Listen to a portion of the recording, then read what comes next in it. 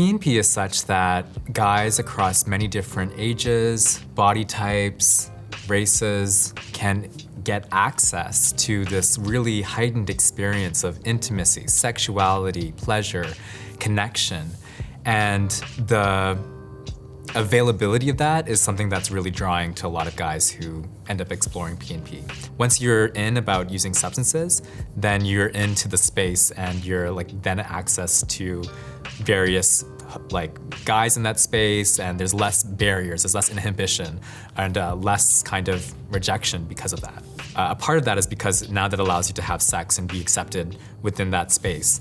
And sometimes what continues use amongst, and I've seen this in the work that I do, is that certain communities of color tend to be more at risk of problematic substance use because of the ways in which avoiding rejection or avoiding loneliness and it influences how they engage in substance use. And so those guys who are rather racialized or sometimes newcomers, they don't have the information that they need to know how to safely use, how to manage their use in the ways that make sense for them.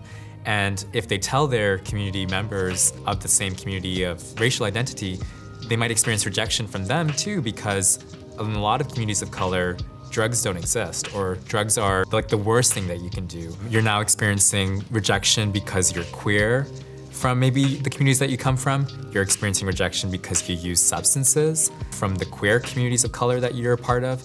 And then you're experiencing rejection in the communities that you party with because you're racialized. And so there's all these intersections that weave and lead to a situation where, again, a guy can be more at risk for developing real harms around their substance use. We can respond to this by fostering greater collaboration between ASOs, because there are a lot of ASOs within our Toronto region, for example, that actually focus and have an incredible expertise with engaging with communities of color. And if there are ways in which we can share resources, supports, and hold programs in different settings that are maybe more accessible to communities of color, that way we can actually reach out and show to communities of color that, hey, we are here, we see you, we know that this is a hard experience, and let us engage in a conversation around that to better support you. It's important that our programs are intentional with the ways that we promote it, the ways that we shape it. Who do we have facilitating it that reflect communities of color so that they know that they can participate in that space and that we're reaching out to those communities to engage in that space. The party and play community is not a monolithic community.